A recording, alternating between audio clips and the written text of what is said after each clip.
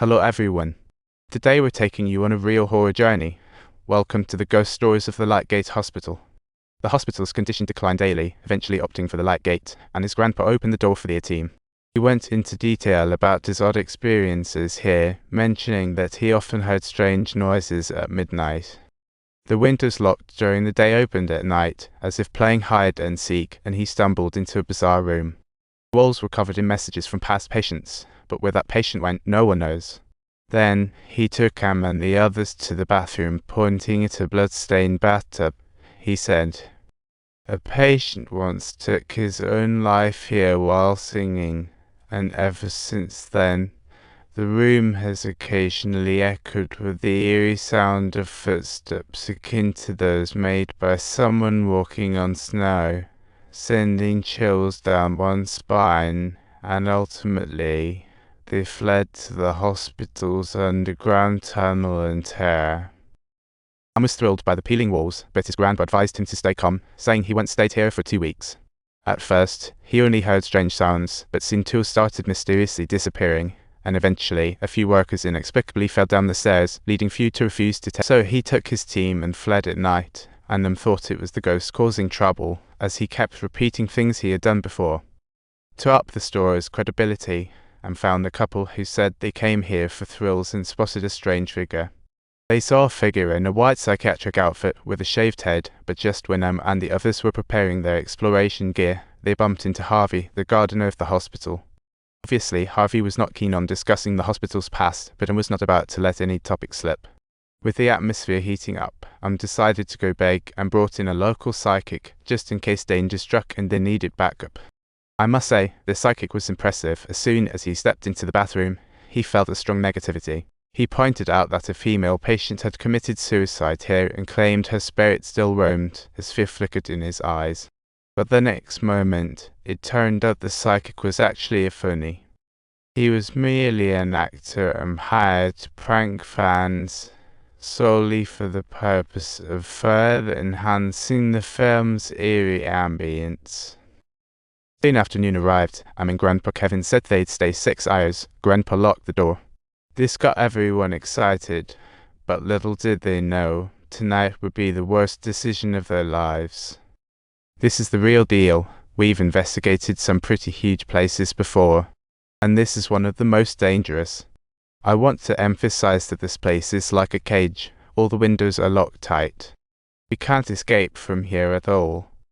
If we want to leave, just say the word, as Fox is watching the monitors downstairs. Am and the crew started their exploration. Their first stop was the hallway mentioned by the couple. They decided to check if the legendary bald man in hospital gear was there, little fish reading his recorder. Legend has it that this thing can record sounds beyond human hearing, but obviously they got no response at that moment. So they went over to the window where Grandpa had slept, but waited, and the window didn't budge. Meanwhile, little fish entered the symbol-covered room, trying to summon the spirits for a chat. Am was even bolder, lying down in the blood-stained bathtub, shouting, "If you can hear me, come out and chat." After a long day, the hospital gave zero response. They finally decided to head back downstairs to rest. Little did they know, this was just the beginning. Suddenly, the upstairs window creaked open on its own, making a chilling sound. Suddenly remembered they needed filler shots, sending Big Black upstairs to capture some funny footage. As soon as Big Black went upstairs, he got a call from his daughter, so he set the camera down and answered. At that moment, the wheelchair behind him began to move, but Big Black was oblivious, continuing down the hallway. Suddenly, the wheelchair jolted, giving Big Black quite a scare. He thought it was him and the crew pulling a prank, but when they all gathered, they realized what happened was really odd. The hospital was completely sealed, meaning no wind could shut the door, and got excited. He immediately started calling out, "If you're here, please close the door again." Hearing the declaration, they rushed to where the sound came from, only to discover an overturned hospital bed. Yet, oddly enough, the bed's wheels were spinning rapidly, as if someone had just pushed it over, leaving everyone puzzled. At this moment, everyone was both thrilled and nervous, thinking this video was bound to go viral. Suddenly, noise came from upstairs again, and then quickly asked Curly what's happening on the 4th floor.